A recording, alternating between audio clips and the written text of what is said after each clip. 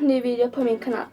Så i dagens video så har jeg tenkt å ha en såkalt unboxing. Så ja, jeg har tenkt å vise dere ting som jeg har kjøpt. Ja, jeg tenkte meg bare kan starte med en gang. Plassen jeg har kjøpt alle tingene fra søppelplass. Jeg vet ikke hvorfor det heter søppelplass, fordi det er ganske mange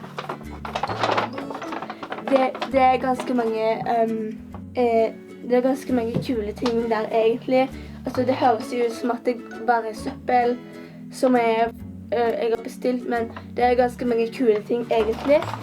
Ja, så jeg tenkte at jeg skal vise dere hva jeg har bestilt. Ja. Første ting, det er denne her splitter nye Mac-en min. Og ja, dere lurer sikkert på hvorfor jeg har bestilt en ny Mac, men det er bare fordi at jeg ville ha en Mac for skole, og så en Mac for YouTube. Ja, og så kjøpte jeg enda en Mac. Og ja, jeg ville også ha en Mac for å kunne se på Netflix. Så derfor kjøpte jeg en til som er bare for Netflix. Og så, ja, jeg kjøpte en av Mac fordi jeg trenger den.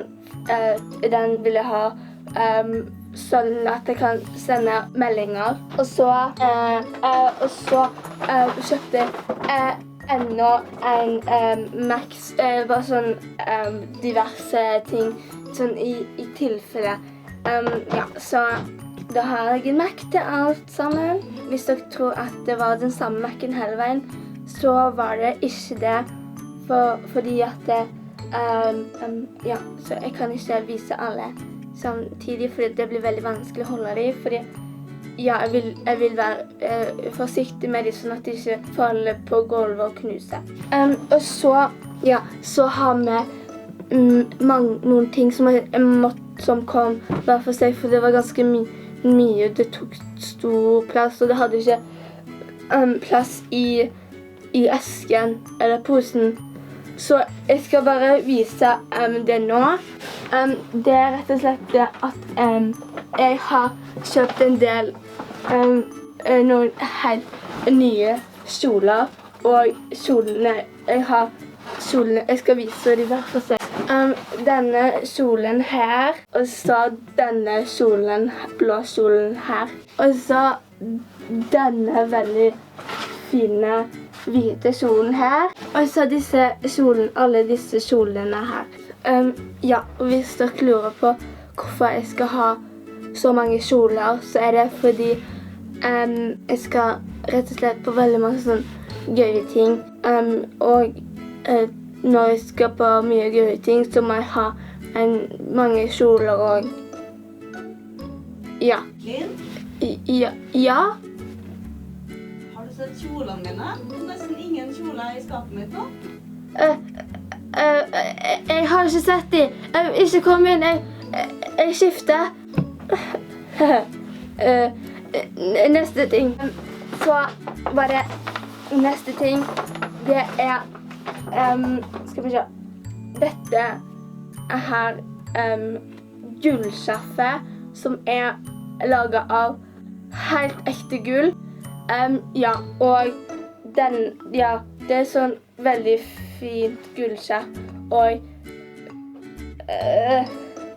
ja, dette skjerfet er ekte gull, og det er veldig, veldig kul, og det koster ganske mye, så ja, men ja, så det var det skjerfet, og så var det neste ting, ja, hva er dette for noe? Her. Oi, sann. Oi, hva Hvordan var det den havnet oppi der? Upsi. Ok. Neste ting.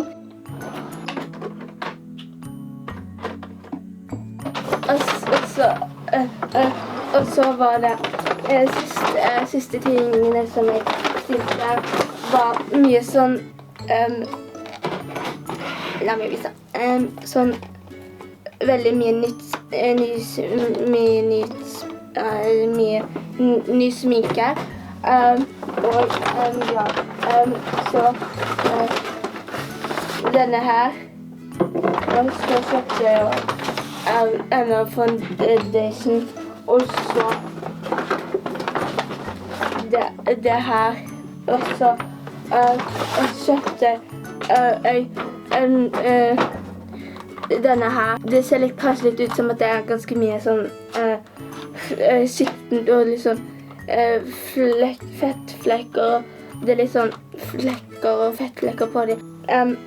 Det var sånn ny trend at det er liksom blitt sånn en ny trend som at det liksom er blitt trendy å ha sånn litt sånn fettmerker og litt sånn sminkegraps på sminke på liksom sminken da. Ja, så det var alt for den videoen. Håper at du likte å se på videoen og at du vil like videoen. Og ikke ta tommelen ned, men like videoen. Og sist, men ikke minst, abonner på kanalen min. Fordi jeg er kul. Ja. Ja.